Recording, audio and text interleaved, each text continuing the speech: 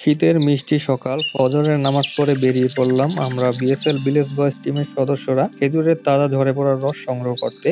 আমরা আজকে খেজুরের রস দিয়ে প্রথমে ভিড়মিঠা বানাবো এবং ভিড়মিঠা দিয়ে আমাদের গ্রামীণ ভাষায় বলে তেলুয়া বা কটকটি, সেটি বানাবো। আপনাদের মধ্যে অনেকেই ভিড়মিঠা, তেলুয়া বা কটকটি খেয়েছেন, কিন্তু অনেকেই জানেন না যে এগুলো কি করে বানানো হয়। তো আমাদের এই ভিডিওটির মাধ্যমে আপনারা দেখতে যাচ্ছেন কি করে ভিড়মিঠা এবং তেলুয়া বা কটকটি বানানো হয়।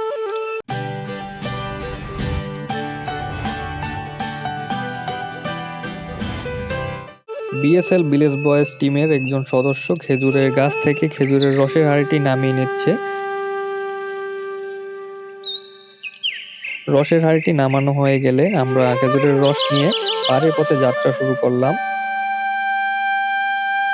এখন হচ্ছে খেজুরের সমস্ত রস একত্রিত করে বড় পাত্রে আগুনের তাপ দিয়ে জাল দিতে হবে। এভাবে ঘন্টার পর ঘন্টা খেজুরের রস জাল দিতে হবে। প্রায় 5 থেকে 6 ঘন্টার মতন সময় লাগবে খেজুরের রস থেকে ভিড়মিঠায় পরিণত হতে। মোটামুটি তাপমাত্রায় রস জাল দিয়ে যেতে হবে।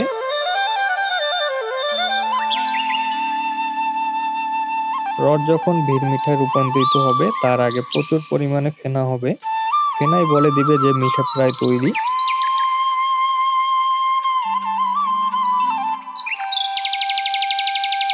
অবশেষে 5 থেকে 6 ঘন্টা পর জাল দেওয়ার পরে আমাদের ভিড়মিঠা তৈরি হয়ে গেল। আমরা এখান থেকে কিছু পরিমাণ ভিড়মিঠা নিয়ে নেব এবং এটি দিয়ে আমরা সেই কাঙ্ক্ষিত তেলীয় বা কটকটি বানাবো। আমাদের চুলা তৈরির কাজ সম্পন্ন হয়ে গেলে চুলায় তাপ দিয়ে পাত্রটি বসিয়ে দেব। পাত্রটি গরম হওয়ার পর ভিড়মিঠাটি পাত্রে ঢেলে দেব।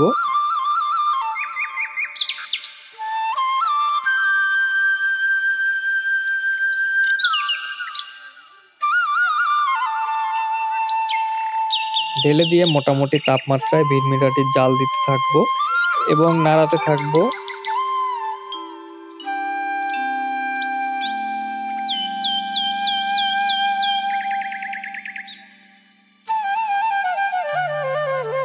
এভাবে 20 থেকে 30 মিনিট জাল দিতে হবে।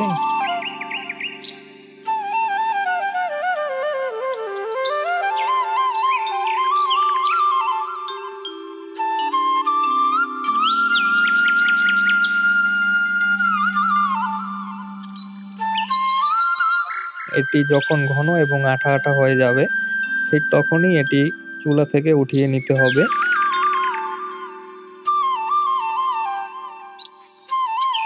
উঠিয়ে নেবার পর আলাদা একটি বড় পাত্রে রাখতে হবে, সেটিতে পর্যাপ্ত পরিমাণে পানি রাখতে হবে। এভাবে ভিড়মিঠাটি একটু একটু করে পানিতে ছাড়তে হবে।